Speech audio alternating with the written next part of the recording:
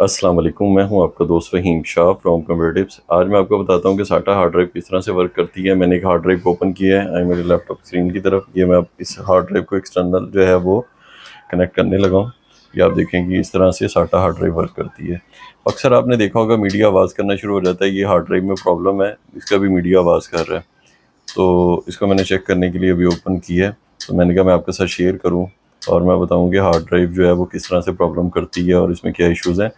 और जो latest technology SSD उसमें इस टाइप के इश्यूज़ नहीं आते, और क्योंकि वो चिप बेस है और उसकी स्पीड भी इसीलिए ज़्यादा फास्ट है क्योंकि उसमें कोई भी मैकेनिकल पार्ट नहीं है। थैंक यू, अल्लाह हाफिज़।